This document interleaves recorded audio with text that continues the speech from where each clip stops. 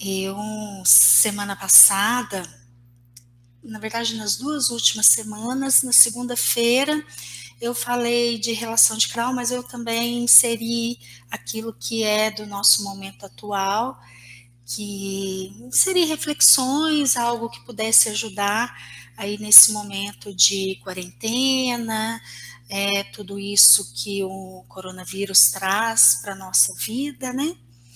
Então, hoje eu retomo a nossa reflexão a respeito de relacionamento de casal. É uma reflexão para a gente buscar estar mais em ordem aí na nossa vida, nessa área que é tão complexa, né? Eu costumo dizer assim que relacionamento de casal, como é uma relação de muita proximidade, de muita intimidade física e emocional, é campo fértil para o adoecimento.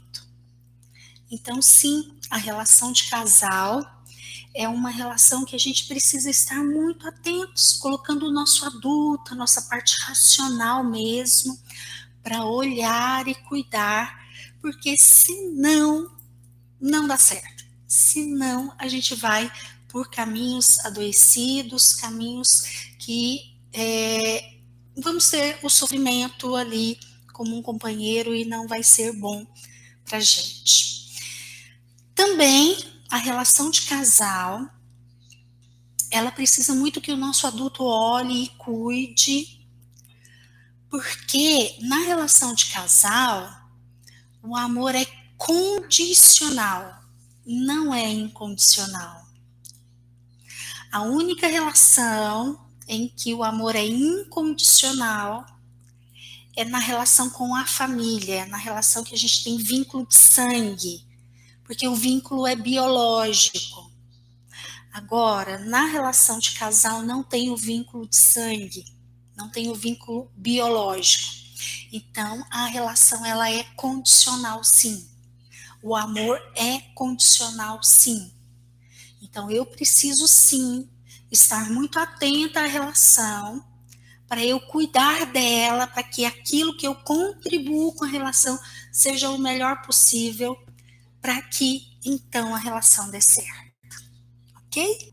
Eu estou mostrando ele aqui para vocês porque eu gosto muito desse livro e se alguém quiser estudar um pouco mais a respeito de relação de casal, eu sugiro esse livro. Ele é muito bom, uma leitura super fácil e acessível, mas com conteúdos muito objetivos no sentido de realmente contribuir para a solução dos problemas em termos de relacionamento afetivo. E aí, aqui, na verdade, eu estou trabalhando com vocês o capítulo 8, as 5 condições para o bem-estar do casal. Então, o João Garriga, ele cita aqui no livro dele um outro escritor que disse a respeito de 5 condições para que o casal seja saudável. Então, em outras aulas masters, outras lives, eu falei sobre a primeira condição, que é que seja leve. Em outra, eu falei também sobre a segunda condição.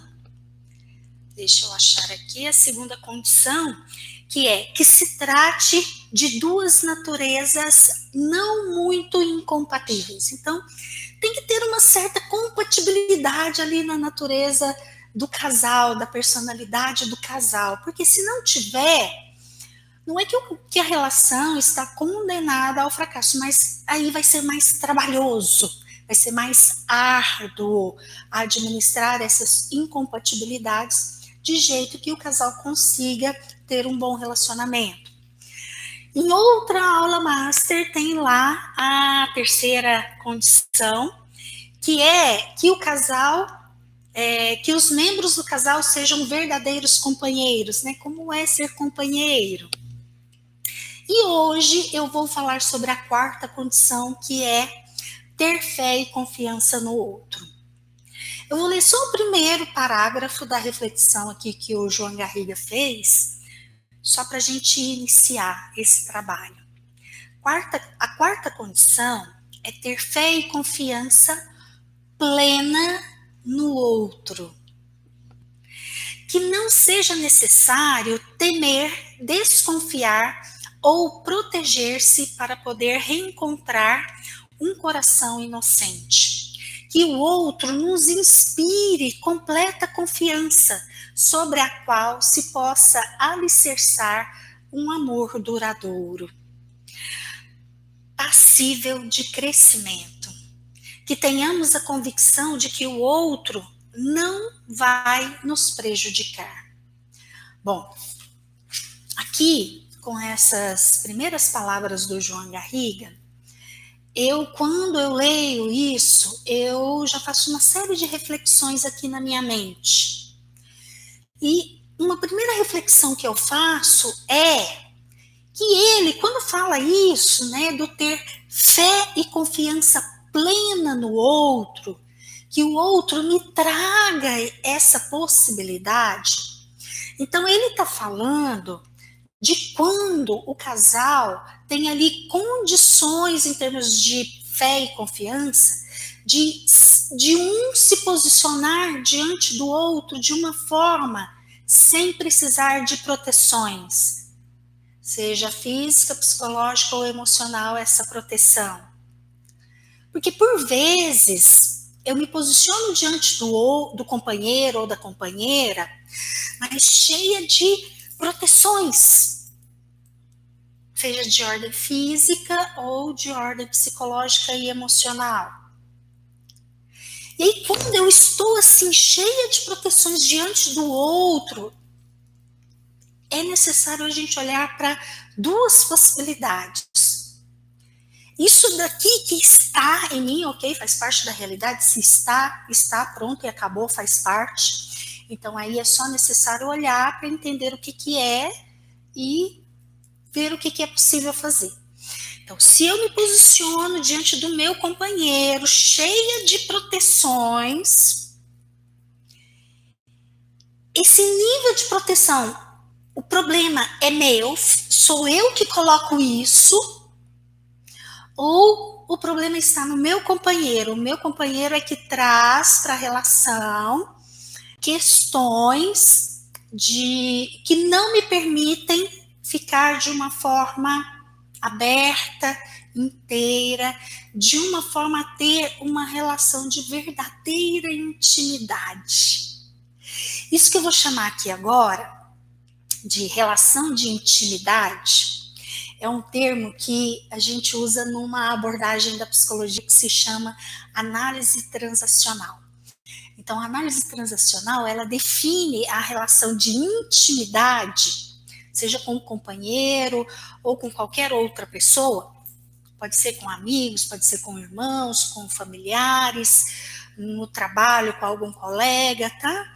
Quando a gente sentir e raciocina também, a gente avalia e percebe que realmente existe essa condição, quando a gente sente que a gente pode ficar ali na relação com determinada pessoa de forma aberta. E o outro também fica assim comigo, dessa forma. Bom, sempre que eu falo disso, eu tenho que pontuar uma coisa, tá? Raciocínio adulto, olhando para a realidade, que é como é, pronto e acabou. Com quantas pessoas na vida que a gente vai conseguir ter uma relação de verdadeira intimidade, de eu não precisar de proteção nenhuma diante dessa pessoa, e o outro também se sentir assim diante de mim, e aí os dois, de uma forma aberta e disponível para a relação, conseguem ter uma troca verdadeira e saudável. Quantas pessoas na vida que a gente consegue fazer isso? Muito poucas pessoas, tá? Inclusive, se você quiser até colocar aí nos comentários para mim, aqui no chat, ou para quem estiver me ouvindo o vídeo no canal, se quiser comentar ali para mim, se você percebe que você tem relações de intimidade verdadeiras na sua vida, me conta com quem que você consegue ter relações de intimidade verdadeira. Quando eu estou falando, deixa eu só esclarecer uma coisa, que por vezes algumas pessoas cometem esse equívoco. Quando eu falo de relação de intimidade, esse é um termo definido lá na análise transacional. Eu não estou me referindo à intimidade sexual, tá? É até possível no casal, a partir de uma relação de intimidade em termos do psicológico e do emocional, ser uma relação de intimidade, e então esse casal vai ter a sexualidade aí com uma propensão a estar mais saudável e ser mais gostoso. Mas, a princípio, isso que eu tô falando não tem nada a ver com a sexualidade, tá? Então, eu tô falando de relação interpessoal. Bom, quantas pessoas que a gente consegue na vida ter relações assim de verdadeira intimidade? Muito poucas pessoas. E aí, quem consegue entender e ficar bem com isso é o nosso adulto. A nossa criança se desespera imensamente com isso. Eu vou perder a pessoa. A pessoa não vai ficar comigo. Por vezes é isso mesmo. E o que de pior pode acontecer? Se você olhar no seu adulto, nada, você vai sobreviver, a vida vai seguir e você vai dar um jeito de ficar bem. Porém, se eu deixo a minha criança cuidar disso, ela não dá conta. E aí, a minha criança vai escolher ir para defesas e talvez ficar num relacionamento adoecido. Eu vou chamar aqui, então, usando um termo lá da análise transacional também, essas relações em que eu estou no meu casamento, mas eu estou cheia de proteções, cheia de blindagens ali na relação, eu vou chamar isso de jogo psicológico. É só o casal que joga, que faz o jogo psicológico? Não, não é, tá? Toda relação entre dois seres humanos, se tiver adoecimento, tá acontecendo ali um jogo psicológico. Mas aqui o nosso objetivo é falar de casal. Então, eu estou aqui, então, colocando duas possibilidades de relacionamento para os casais. Ou o casal se relaciona de uma forma saudável, se cura, se trata e consegue um ficar diante do outro numa relação de intimidade, sem precisar de proteções. Ou o casal fica junto porque se blinda e se protege e aí não consegue ter um relacionamento saudável. Bom, geralmente aí nessa possibilidade do casal adoecido que precisa se blindar e se proteger de muitas maneiras, geralmente tem aí o medo, pelo menos de uma das partes. E o medo são palavras do Garriga, aqui do livro. O medo é o pior inimigo do amor e da abertura do coração. Então, se você percebe que na sua relação aí com o seu cônjuge tem algum nível de medo, perceba que o amor está comprometido. Aquilo de bom que pode fluir aí na relação de casal está comprometido, não vai acontecer. E por vezes a gente está aí nessa relação adoecida e tem muito medo de perder. Tem muito medo de ser trocado por outro, por outra. A gente tem muito medo do abandono, de não atender às lealdades da minha família, que eu tenho com a minha família. E aí, como é que eu fico aqui na relação com o companheiro ou com a companheira? Enfim, são muitos os medos infantis que na relação adoecida permeiam essa relação. Olha aí para a sua relação e perceba quantos medos infantis que tem aí. Fica aí um pouquinho, aproveita esse momento agora e entra em contato. Isso, e perceba no seu adulto de uma forma racional, não se entregue aquilo que dói na sua criança, não, tá? Esse é um exercício que nesse momento eu estou te sugerindo que você faça no seu adulto de forma racional, para você tomar consciência e perceber que o amor está comprometido aí nessa relação. E é infantil por quê? Porque te coloca numa situação de vulnerabilidade e de fragilidade na relação. Mesmo que por vezes você vá para a força, você vá para a agressividade física, psicológica ou emocional com o cônjuge. Pode olhar que por detrás dessa máscara de agressividade, lá no fundo tem uma fragilidade, uma vulnerabilidade em relação à relação imensa, tá?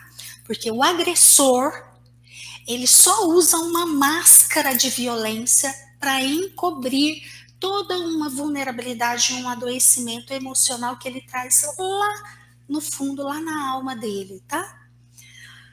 Não tô falando isso para justificar o agressor, tá bom? Só tô colocando para a gente entender um pouquinho quem nas relações de casal recorre à agressividade, seja emocional, psicológica ou física. Bom, e aí nesse exercício de perceber o medo que você fez agora há pouco, perceba que tem esse parzinho. Medo e agressividade são companheiros. Eu acho isso muito interessante. E por vezes eu trabalho isso muito com os meus pacientes. Perceba que se você sente o medo, esse medo parece que ele alimenta lá no cônjuge a agressividade para cima de você. E vice-versa. A agressividade do cônjuge vai alimentar o medo aí dentro de você, enfim. Seja em qual lugar que você fica aí na relação, no lugar do medo ou no lugar da agressividade, perceba que é algo que retroalimenta. E relação que tem, de um lado, medo, vulnerabilidade, fragilidade, a pessoa se coloca num lugar pequeno. E do outro lado, esse pequeno aqui é um pequeno em termos emocionais, tá? E do outro lado, tem uma pessoa que ela precisa ir para a agressividade para ver se consegue ficar maior, para encobrir a sua própria vulnerabilidade. Então, ó, medo e agressividade são parzinhos, essas duas emoções alimentam uma a outra. Jogo psicológico. Precisa, então, muito do seu adulto para sair disso. E eu quero te dar uma imagem para te ajudar a entender um pouquinho mais isso. Vamos supor que eu estou aqui nesse lugar do medo, da vulnerabilidade, na relação aqui com o cônjuge, que vai mais para a agressividade, eu me sinto pequena, com muito medo, acuada, uma fragilidade e uma vulnerabilidade imensa. Então perceba que isso daqui que eu estou dramatizando para você é muito semelhante a um coelhinho morrendo de medo ali encantoado no canto da sala, expondo a jugular para que um lobo faminto venha e saia dessa imagem, saia desse posicionamento. Porque uma coisa alimenta a outra. É como, vou falar é como entre aspas, porque não é bem assim, mas é como se o coelhinho assustado e morrendo de medo e expondo a jugular para o outro vir, convidasse, falasse assim, venha, ó, eu tô mostrando toda a minha vulnerabilidade, eu me coloco num lugar petitinha e você pode vir, porque eu preciso desse jogo com você. Eu sei que ninguém fala isso para um cônjuge que fica mais na agressividade, mas o seu comportamento está falando isso para o seu cônjuge, ok? Então, falando para quem fica aí nesse lugar de medo e de vulnerabilidade, saia desse lugar. Você não é tão pequena assim. Você não é tão frágil e vulnerável diante do outro assim, não. Vai para sua força. Você tem uma adulta aí dentro de você capaz de se posicionar de uma maneira adulta e olhar para o companheiro, para a companheira, de uma maneira a solucionar os problemas. Não lá no cônjuge, mas aqui dentro, tomando posse da sua vida e do seu lugar. Você não é tão pequeno ou tão pequena assim, não, tá? Então, tome posse desse lugar.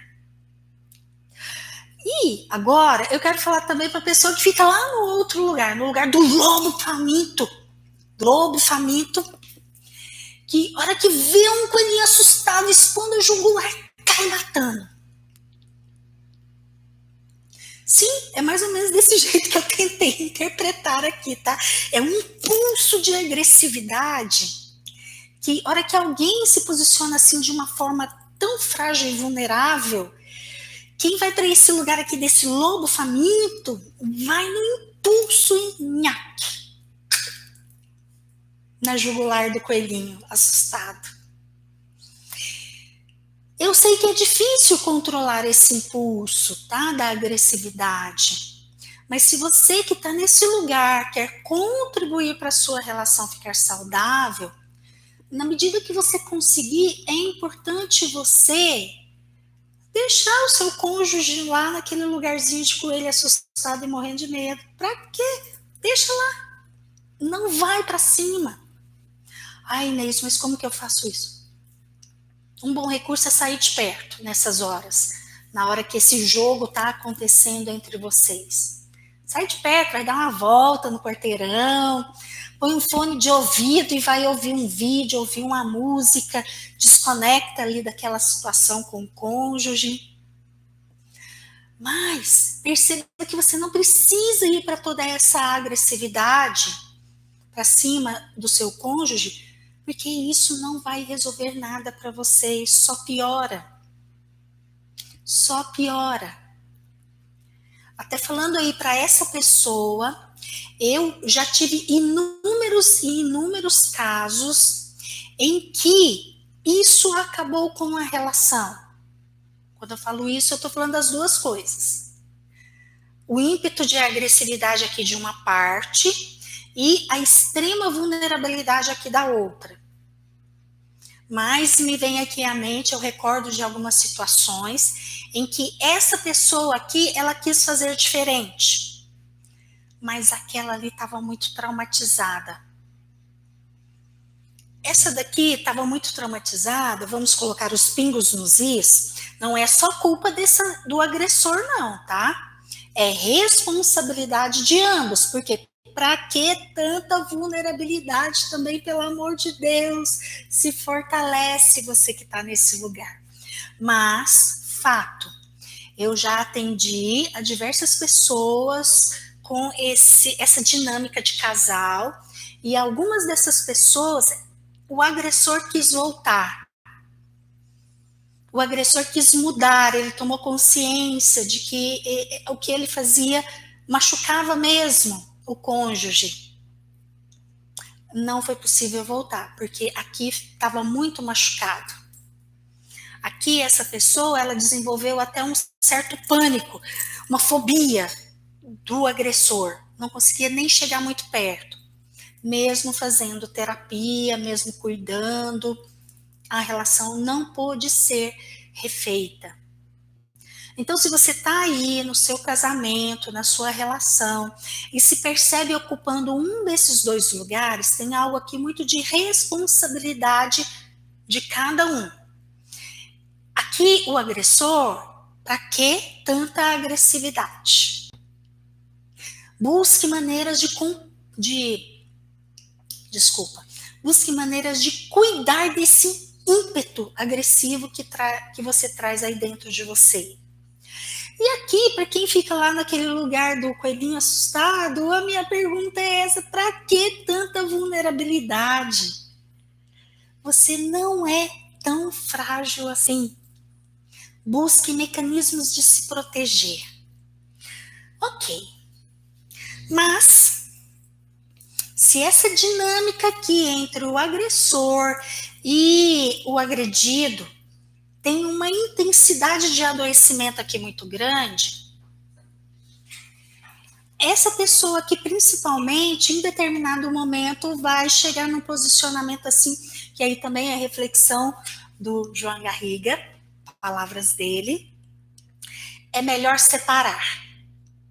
Não convém dormir com o inimigo. Ah, o cônjuge é o inimigo? Não, pelo amor de Deus, não. Mas existe aqui uma dinâmica que o agressor entra aí nesse lugar de inimigo.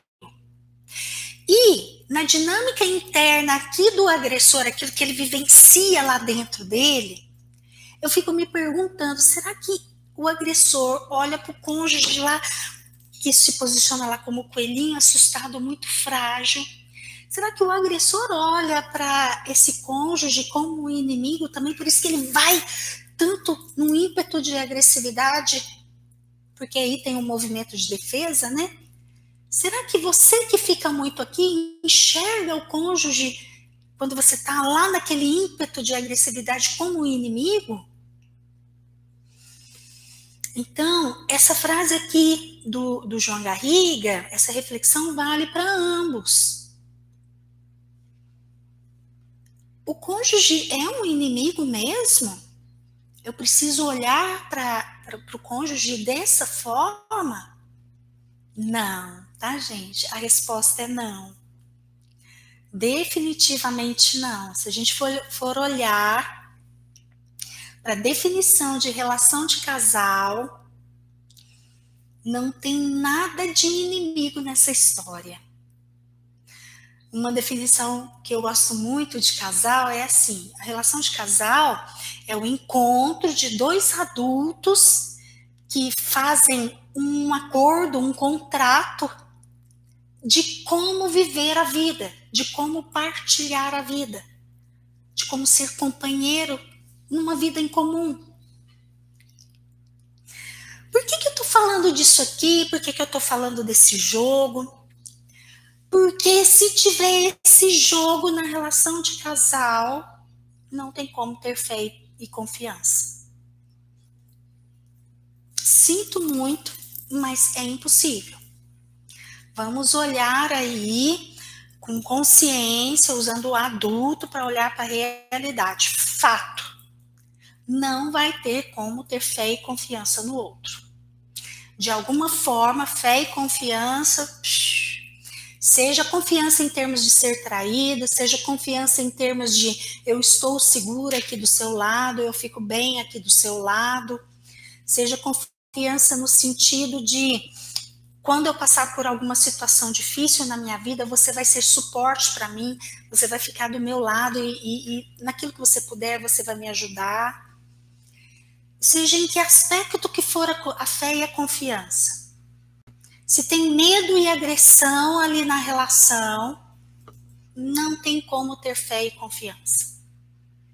Eu estou afirmando, tá, gente? Com todas as letrinhas. Adulto, ó, vamos olhar para a realidade. Realidade, não tem como.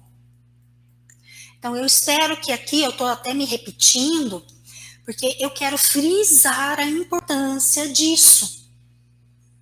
Se você percebe que na sua relação tem medo e agressividade, seja física, psicológica ou emocional, tem algo aí que vocês precisam cuidar. Ou saia da relação, se separa, tá? Porque se chegou num ponto que você se percebe dormindo com o inimigo, seja você aqui ou você aqui, então talvez a separação seja um bom caminho. Prosseguindo aqui na nossa reflexão, eu parei lá naquele ponto de falar a respeito da confiança. Lembra, eu estava falando assim, relação que tem medo numa parte e agressividade na outra, isso daqui, um retroalimenta o outro. A agressividade faz o medo crescer, o medo faz a agressividade crescer, né? Para entender isso, eu contei aquela história lá do coelhinho assustado, mostrando a jugular, mostrando as vulnerabilidades, e o lobo faminto vem e ataca. É mais ou menos isso. Então, relação que tem essa dinâmica, não tem como ter fé e confiança um no outro. Bom, o que é fé e o que é ter, o que é fé e o que é confiança? Fé é eu acreditar em algo que não é visível. Fé é eu acreditar que lá do jeito que o meu marido dá conta, a relação é importante para ele e ele quer ficar junto de mim. E ele é a mesma coisa comigo. Porque, ó, a hora que eu falo do meu marido, eu não tenho como entrar lá dentro da cabeça dele e me certificar de que realmente ele quer isso. Não tenho. Então eu tenho que ter fé de que ele está na relação comigo porque eu sou importante para ele. Porque ele escolhe estar aqui comigo. E confiança, o que é confiança? A confiança é eu acreditar, é eu saber que eu estou numa relação em que eu só posso cuidar da minha parte. E o companheiro cuida da parte dele. Então, confiar é uma palavra que ela significa fiar com. Então, sempre que eu olho para o significado da palavra confiança, e olho dessa maneira, né? Fiar com, eu fico aqui imaginando uma colcha que eu e o meu marido, a gente tá ali fiando. Eu fio a minha parte no meu tear e ele fia a parte dele lá no tear dele. Então, se temos o compromisso de, ao longo da relação, construir, fiar uma colcha, esse é o nosso objetivo como casal, eu só posso cuidar da minha metade. E ter fé que ele vai fiar a parte dele. Agora, se eu aqui tenho as minhas dificuldades com isso, de ter fé e fiar com, e aí eu pego e fico. Eu tenho aqui o meu tear, eu estou aqui teando a minha parte. Se eu fico assim, você tá fiando direito? A sua parte da coxa não tá ficando bem, não. Você tem certeza que você vai conseguir dar esse ponto? Você tem certeza? Ó, se eu fico aqui olhando para a parte que é a responsabilidade do meu marido, como é que ficou a minha parte? Eu estou fiando? Eu estou dando a minha colaboração para a relação ser saudável e a gente conseguir fiar a coxa? Não. E eu ficar assim, monitorando, cuidando, vigiando, é garantia que ele vai fazer direito a parte dele? Também não. Então, definitivamente, esse é um comportamento muito infantil, equivocado e que vai te levar para o fracasso. A sua relação não vai dar certo. Porque perceba bem, quem que não está fazendo a sua parte? Você. Agora, mas Inês, eu não confio no meu marido. Não confio na minha esposa, ela não faz direito. Ué, então você tem aí duas alternativas. Ou você sai fora e se disponibiliza para outra relação com alguém que te traga possibilidades melhores, ou você fica com a sua escolha e aceita a sua realidade. O companheiro tem determinado ponto lá na coxa que ele não sabe dar. E sim, vai ter ali aquele detalhe que vai ser diferente. Aí é aceitar a realidade naquilo que você escolheu para você. Porque quando a gente está numa relação a dois, é injusto eu querer modificar o outro. Mesmo que o outro esteja errado. O outro tem direito de ter a sua personalidade, de ter as suas características, de ter o seu modo de fazer e de viver a vida, porque esse outro traz isso do seu sistema. Então, sempre que a gente entra no movimento com o cônjuge de exigência, exigindo do cônjuge sinceridade e perfeição, então eu estou falhando aí nesse quesito de cuidar da minha parte.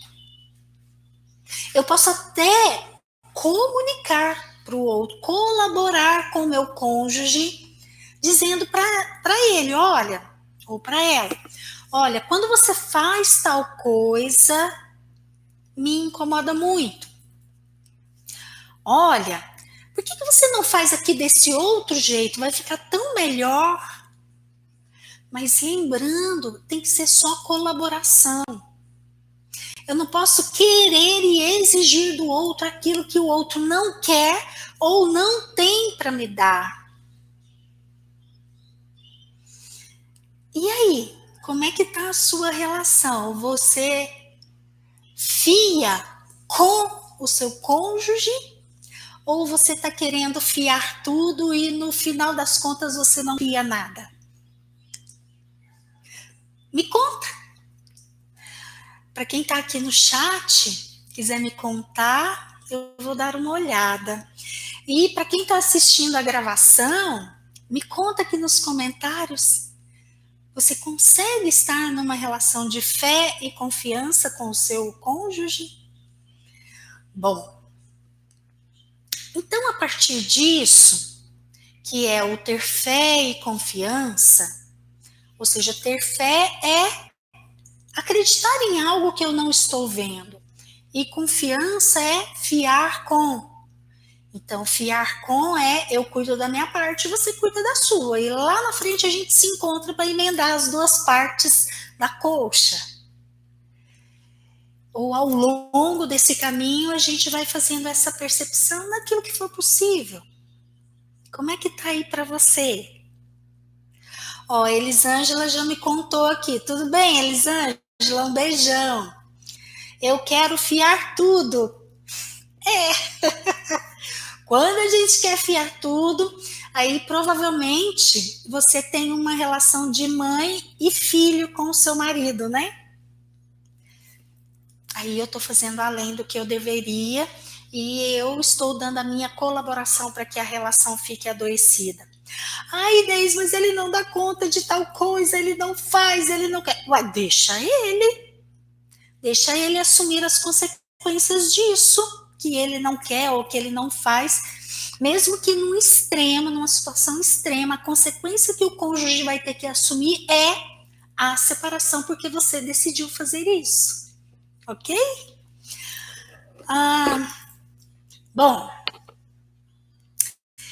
quando eu estou aí nesse movimento de exigência com o cônjuge, exigindo dele sinceridade e perfeição, essa é uma relação infantil. Pode olhar, sente, analisa melhor um pouco, porque você está aí se colocando numa posição como se você estivesse diante da sua mãe ou do seu pai. Você está colocando para o cônjuge expectativas infantis, daquilo que lá quando a gente era criança, a gente tinha sim essa relação devido à nossa vulnerabilidade fisiológica e mental diante dos nossos da vida e ali na relação com os nossos pais. A gente sim tinha uma relação que eu precisava que a minha mãe fosse a mais perfeita possível e que tivesse um afeto ali que fluísse. Por vezes a gente não teve isso lá com a relação com a mãe ou com o pai, aí a gente tem esse trauma lá na nossa criança, e aí inconscientemente a gente olha assim para o cônjuge, querendo que o cônjuge tenha perfeição e sinceridade. por vezes não dá para ser sincero, porque por vezes a gente nem se conhece a si mesmo. Como é que eu vou ser sincero com o meu cônjuge? Tem coisa que nem em mim eu olhei ainda, eu nem sei. E como que o meu cônjuge vai me cobrar isso, que eu seja sincera? Bom, aqui eu só estou colocando um argumento para perceber o quanto que é infantil essa exigência. Ok, aqui agora então, e essa exigência, esse processo de exigência nos leva lá para o jogo psicológico, para aquela relação adoecida lá com o companheiro ou com a companheira, tá? Mas nesse momento, eu quero falar então para aquela parte, como que eu faço para eu ter então uma relação saudável com o meu companheiro ou com a minha companheira? Fé e confiança. Ok, se eu tenho fé, mas e se o meu companheiro ou a minha companheira não fiar junto comigo? E se ele falhar? Se ele pisar na bola? Se ele errar comigo e me machucar? Então, eu te digo o seguinte, você é forte. Você vai dar conta de passar por isso. Mas, quem te garante que o seu cônjuge vai fazer isso? Por que você olha tanto assim para ele? Ele realmente, ele traz isso aí da possibilidade da traição, da possibilidade do abandono. Ele traz isso realmente para você? Ou isso é uma percepção infantil sua? Para acionar o adulto diante disso que a nossa criança por vezes nos coloca, mas se ele não fiar a parte dele, se ele falhar comigo, argumento adulto, principalmente aqui dentro para a gente contar para nossa criança, é assim: eu adulto cuido de você, vai doer, vai machucar mesmo, mas confia que eu adulto estou aqui e eu vou cuidar de você, Inês criança. E nós vamos sobreviver, nós vamos dar conta. Então, resumindo, para trabalhar a confiança, caso você tenha muito medo de que o companheiro ou a companheira não cuide da parte dele ou dela, cuide aqui dentro para você se conectar com a sua força interna. Se algum dia algo de pior acontecer, você dá conta. Mas espera aí, e agora, nesse momento? Como é que está a sua relação? Algo ruim está acontecendo agora? Bom, se estiver acontecendo, se você descobriu uma traição, se o cônjuge foi embora, enfim, se tem algo aí de difícil realmente acontecendo, faz isso, procura essa força aí dentro, você vai sobreviver, tá? Nem que seja aos frangalhos, eu te garanto que você vai sobreviver. E depois de um certo tempo, você vai conseguir se reerguer e reconstruir a sua vida. Mas, para você que está aí de boa no seu relacionamento, não aconteceu nada, viva o presente. Esse medo, ele é um medo em que você colabora para você ser traída no futuro. Né? A física quântica, ela já comprova cientificamente que o ser humano, através daquilo que ele vibra, daquilo que ele sente, ele constrói a sua realidade. Opa! Perceba a sua responsabilidade na sua vida. E o interessante, então, é que você viva o presente. O presente é esse segundo aqui, ó, agora. Nesse momento, você está sendo traída, está sendo abandonada? Não. Ó, falando aí para as pessoas que não estão vivendo isso nesse momento. Não. Então, viva o presente. Esse segundo aqui, ó. Aqui agora está tudo bem. Ok? Essa é uma maneira da gente viver a nossa vida mais saudável e da gente cuidar dos nossos processos de ansiedade, né? Ansiedade é quando eu me jogo lá para o futuro, sempre com fantasias muito difíceis e as piores possíveis, E aí eu me encho de medo, de angústia e preocupações e tudo mais. Pra quê? Te adianta alguma coisa? Nada, né? Só te rouba um monte de energia isso e te falta energia para viver o presente. E você adoece e adoece as suas relações. Cuide-se, viva o presente. Faça esse exercício agora. Qualquer medo que você tenha, volte-se para o presente e perceba, aqui no presente está tudo bem. Ok? Bom, aí o Garriga, ele fala uma outra coisa, uma outra frase que me chamou a atenção e eu quero colocar para você. Ele fala assim, a confiança, por definição, não exige garantias. Oh, então, a relação adulta e saudável é aquela em que eu estou junto do outro sem exigir garantias. Você consegue? Bom, se para você é um desafio, então eu te sugiro que você foque nisso para você cuidar.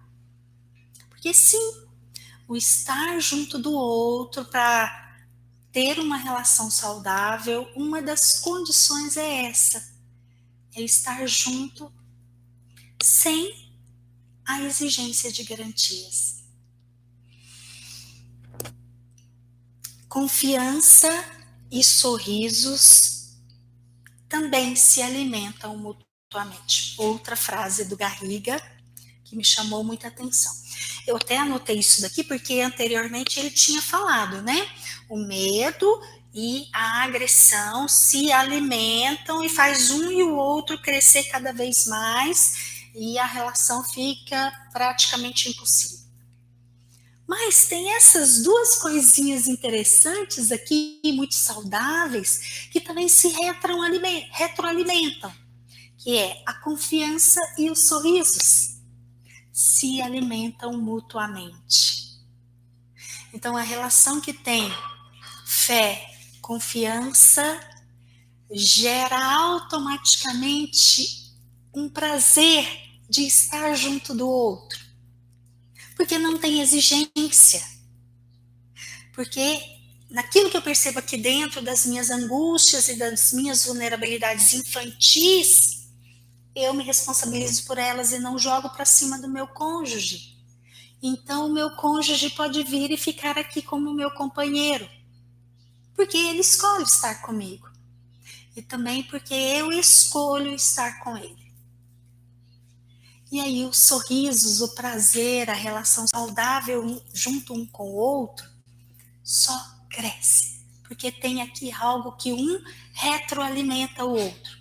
Confiança e sorrisos se alimentam mutuamente. É o que eu desejo para a sua relação de casal, para a sua relação afetiva. Ok?